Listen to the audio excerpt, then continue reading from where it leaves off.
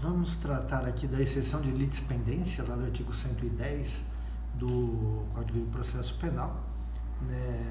A litispendência, né, se a gente lembrar lá a teoria geral do processo, é aquela que traz como características a existência de duas ações, né, uma lide pendente, litispendência, lide pendente, ou seja, há um outro processo tratando daquele mesmo fato em andamento. E a exceção de litispendência tem por objetivo o impedimento do bis in idem, né? Vem em reforço ao non bis in idem. E para que a gente reconheça a litispendência, a necessidade do mesmo pedido, mesmas partes e mesma causa de pedir. Né? Mesmas partes, Ministério Público, ação penal pública de autor, mesmo réu, ação penal privada, mesmo querelante, mesmo réu. Mesmo pedido de condenação, mesma causa de pedir, ou seja, o mesmo fato criminoso com todas as suas circunstâncias, causa de pedir. Essa litispendência, ela deve ser arguida sempre no segundo juiz, ou no segundo processo, ou no processo mais recente, mais novo. Não há prazo peremptório para isso. A qualquer momento pode ser alegada a litispendência e, sendo reconhecida, aquela segunda ação, ela se encerra. A primeira continua, como deu o exemplo lá que ela é dilatória, né? Ela é dilatória no sentido de a primeira ação penal continuar, mas a segunda se extingue, né? Ela tranca a ação penal. De igual forma, a gente tem também a exceção de coisa julgada, também em garantia do non bis in idem, né? Se admitida a exceção de coisa julgada, cabe recurso se não admitida, né, se for rejeitada, é possível ser batida por se obter o trancamento da ação por meio de habeas corpus. Né? Também se exige a mesma coisa, identidade de partes, identidade de pedido, identidade de causa de pedir. Pode ser também apresentada em qualquer fase do processo, em qualquer momento, por escrito ou verbalmente. Ela tranca a ação penal, ela extingue a ação penal. Pode ser apresentada de ofício, né? O próprio juiz pode perceber isso, ou qualquer das partes pode também apresentar a exceção de coisa julgada.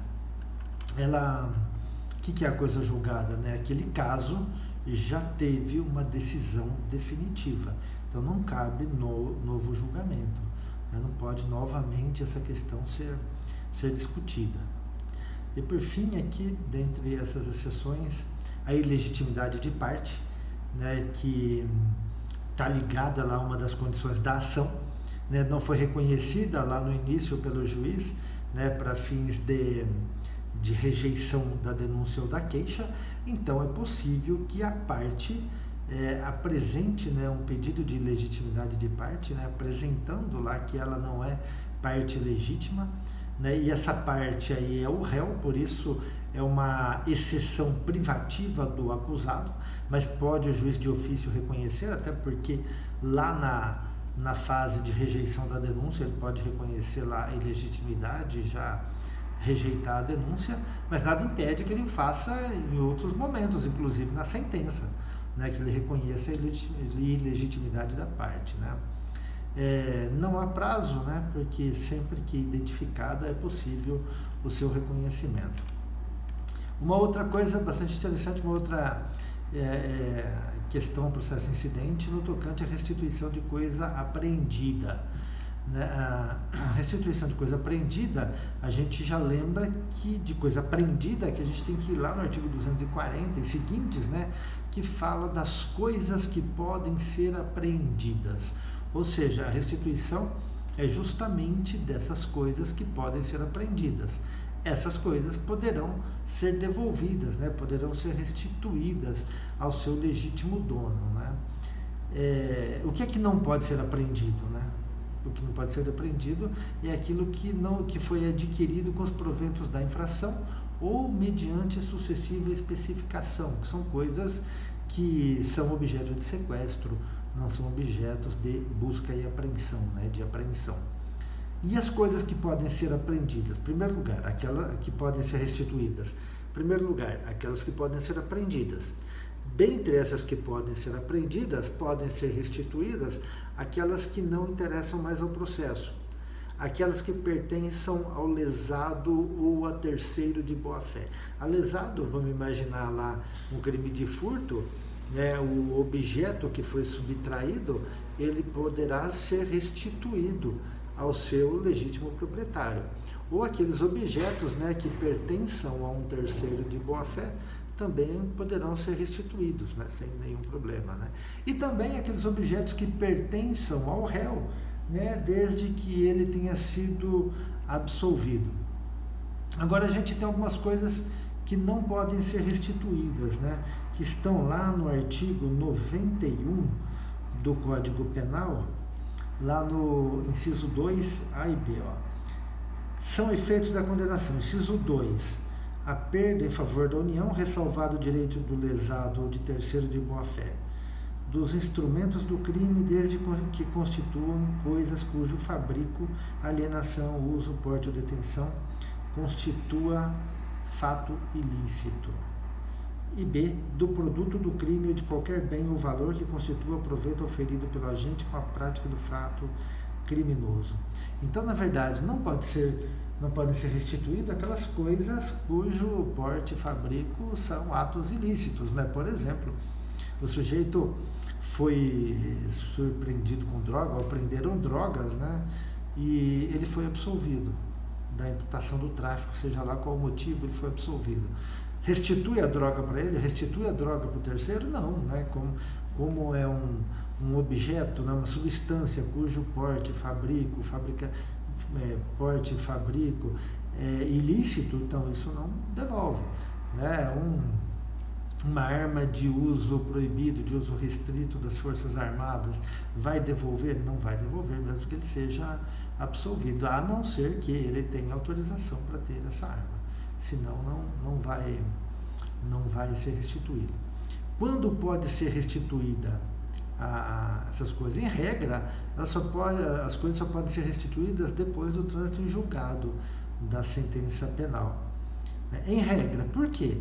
Porque se já se demonstrou nos autos, né, que não há mais necessidade daquele objeto, vamos imaginar aquilo que foi subtraído, já foi periciado, já foi avaliado, então não tem razão de permanecer aquele objeto subtraído apreendido, então ele pode ser restituído sem nenhum problema, não precisa guardar o trânsito em julgado, mas em regra, após o trânsito em julgado, né? Quem pode restituir? Tanto a autoridade policial quanto o juiz. A autoridade policial, de plano, percebendo ali que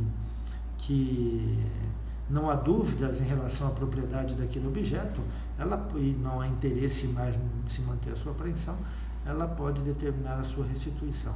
Havendo dúvidas, ela deixa para o juiz decidir. O juiz, da mesma forma, né, se ele perceber que não há dúvidas quanto à propriedade, ele pode determinar a restituição. Se houver dúvidas a respeito da propriedade, essa dúvida deve ser esclarecida no juízo cível. As partes interessadas devem buscar o juízo cível para que essa dúvida seja sanada e aí restituída a coisa para o seu verdadeiro dono. O artigo 122 do CPP, 122 do CPP, ele fala a respeito da venda em leilão público. Ó. Sem prejuízo do artigo 120, né, as coisas que podem ser restituídas, né, as coisas apreendidas serão alienadas nos termos do disposto do artigo 133, né? O 133 diz lá, transitada e julgada a sentença condenatória, o juiz de ofício ou a requerimento do interessado ou do Ministério Público determinará a avaliação e venda dos bens em leilão público cujo perdimento tenha sido decretado. Do dinheiro apurado será recolhido aos cofres públicos o que não couber ao lesado ou terceiro de boa-fé. O valor apurado deverá ser recolhido ao Fundo Penitenciário Nacional, exceto se houver previsão diversa em lei especial. Muito bem. Isso é bastante interessante, porque esse dinheiro ele tem por objetivo, né, a reparação do dano. Né? Se é a reparação do dano, então Em primeiro lugar, repara o dano, né, ao lesado, à vítima lá, depois o restante vai lá para o fundo penitenciário, né? É possível o leilão dos objetos mesmo sendo o réu absolvido. Está lá no artigo 123. Fora dos casos previstos nos artigos anteriores, se dentro do prazo de 90 dias, a contar da data em que transitar em julgado a sentença final condenatória ou absolutória, os objetos apreendidos não forem reclamados ou não pertencerem ao réu, serão vendidos em leilão, depositando-se o saldo à disposição do juízo de ausentes. O que ele quer dizer isso? Às vezes, os objetos, eles pertencem ao lesado, pertencem ao terceiro de boa-fé, mas eles não procuram, não têm interesse de ir atrás. Então, se 90 dias depois do trânsito julgado não forem procurados, eles irão a leilão. Se o réu for absolvido e também não for atrás dos objetos, ele também irá a leilão da mesma forma, né? Próximo a gente vai falar sobre questões, a gente vai falar sobre as medidas assecuratórias. No próximo vídeo será melhor só tratar disso, tá? Até mais.